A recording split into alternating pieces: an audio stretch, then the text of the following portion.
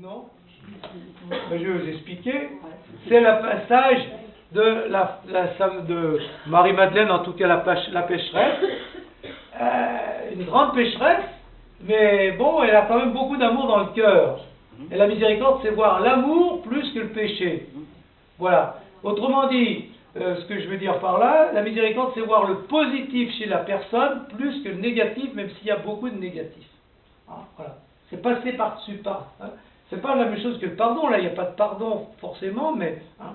Alors, sur une femme, une pécheresse, tout en pleurs, elle se tenait derrière lui à ses pieds, et ses larmes mouillaient les pieds de Jésus, elle les essuyait avec ses cheveux, les couvrait de baisers, il versait du parfum. Je te le dis, dit Jésus à Simon, si ses péchés, ses nombreux péchés sont pardonnés, c'est à cause de son grand amour. Mais évidemment, ces gestes, c'est quand même un peu ambigu, hein. On dirait des gestes d'amoureuse, enfin, et puis voilà. Mais n'empêche qu'ils expriment un amour sincère. Et donc l'amour sincère est plus fort que son péché, et Jésus sait voir ça, même s'il y a une certaine ambiguïté dans la manière d'exprimer cet amour. Et donc, être miséricordieux, c'est donc voir le positif plus que le négatif chez les autres, c'est voir accueillir tout ce qui montre du positif et de l'amour chez les autres, même si c'est à travers beaucoup d'ambiguïté. Hein? Voilà, autrement dit, la miséricorde, c'est passer par les ambiguïtés, passer par-dessus les ambiguïtés. Hein? C'est par exemple voir et accueillir la générosité de quelqu'un, même si cette générosité est un peu intéressée ou est un faire-valoir. Hein? Voilà. Parce que souvent on dit, oh lui il a donné, mais ouais, c'est pas... Là, moi je regarde d'abord la générosité, c'est ça la miséricorde, plus que mes interprétations qui peuvent d'ailleurs être parfois justes. Hein? Voilà. Souvent on fait comme ça avec les gens. Hein? Il a fait ça, oh oui mais... Oui, c'est pour, oh oui mais...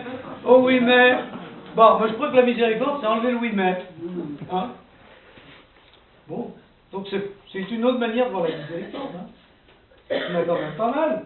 Et puis après, quand on passe aux paraboles de la miséricorde, être miséricordieux comme Jésus, si on prend la parabole de l'enfant prodigue, que vous connaissez par cœur, qui va être encore lu dimanche, je crois que c'est dimanche prochain, oui.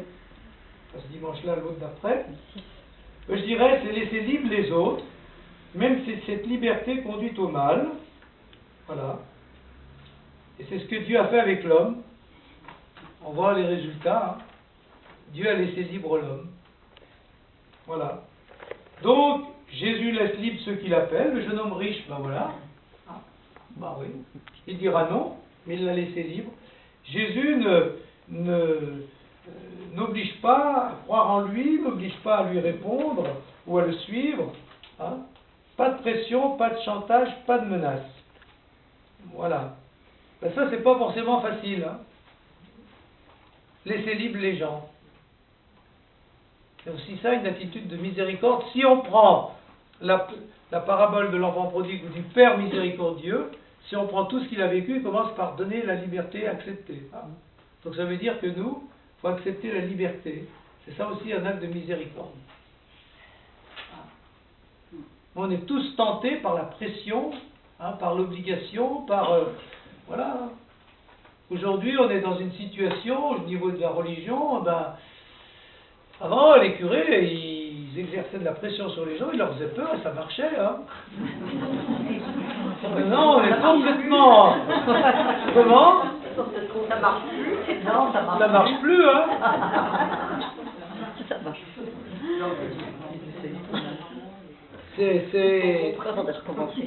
Ça marche plus, mais justement la liberté, ben, ça ne donne pas des résultats, c'est moins efficace. Hein. Mais c'est accepter ça. Aujourd'hui, on est vraiment dans la foi, on n'a plus aucun moyen de pression. Hein. Les parents sur leurs enfants, tout petits, puis encore. Mais il n'y a plus la quantité, il n'y a plus rien. Hein. Il n'y a plus la quantité, il n'y a plus la quantité, mais il y a la qualité. Ben ça, oui, j'espère. Non, c'est un peu vrai. C'est un peu la récolte du interdire d'interdire. Ouais. Là, on est tombé dans notre excès. Voilà. Normalement, la liberté, il faut la laisser, mais quand même la permettre. Et la liberté, c'est pas la permissivité. Laisser libre, c'est pas fais ce que tu veux. Ça s'éduque. Hein. Ça, je crois que. Donc, ce sera un autre sujet aussi, la liberté, mais n'empêche que c'est quand même laisser libre au sens qu'on ne peut pas obliger quelqu'un à croire. on ne peut pas obliger quelqu'un à être généreux, on ne peut pas obliger quelqu'un à prier. Tout ce qui est spirituel, ça ne peut pas se décréter, ça ne peut pas s'obliger. Voilà. Mais on peut prier pour la personne. On peut prier pour que petit à petit... Et la bénir. Voilà. Être miséricordieux comme Jésus, c'est attendre. Ben voilà, s'il y a quand même la patience, elle arrive là. C'est attendre avec patience et espérance. C'est pas pareil, hein. Il y a les deux, hein. J'attends, mais si j'espère pas, hein. Voilà. C'est attendre avec patience et espérance, comme le père de l'enfant prodigue le fait, ben, le retour et la conversion de ceux qui nous font du mal ou qui font le mal en général. Hein. Voilà. Donc, être miséricordieux, ben, le Père, alors, c'est ce qui m'a encore un peu surpris, mais quand Jésus dit les paraboles de la miséricorde, donc il y a d'abord la parabole de l'enfant prodigue, du Père miséricordieux, puis après il y a la parabole du bon berger, du bon pasteur, enfin du pasteur qui part à la recherche. C'est pas pareil, le Père il attend, il va pas à la recherche. Hein. Et tandis que l'autre il va à la recherche. Hein. Donc, c'est des différentes manières de vivre la miséricorde. Il y a la patience pleine d'espérance, mais qui ne doit pas être facile parce que c'est peut-être long le temps. Hein. Donc, espérer le retour, espérer la réconciliation, espérer. Voilà, et je crois qu'aujourd'hui, on est dans une église qui attend un peu le retour quand même spirituel. Hein. On l'attend ce retour depuis longtemps. Hein. Il n'arrive pas vite. Hein.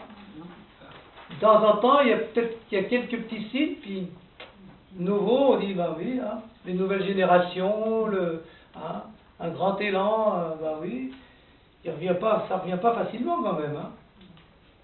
Moi, depuis que j'ai au séminaire, on parle de renouveau des églises, là, le concile, renouveau spirituel, mais bon, il n'y a quand même pas un raz-de-marée. Hein. Il y a quelques petits feux, ça c'est déjà pas mal. Mais il n'y a pas de tsunami, ni, hein.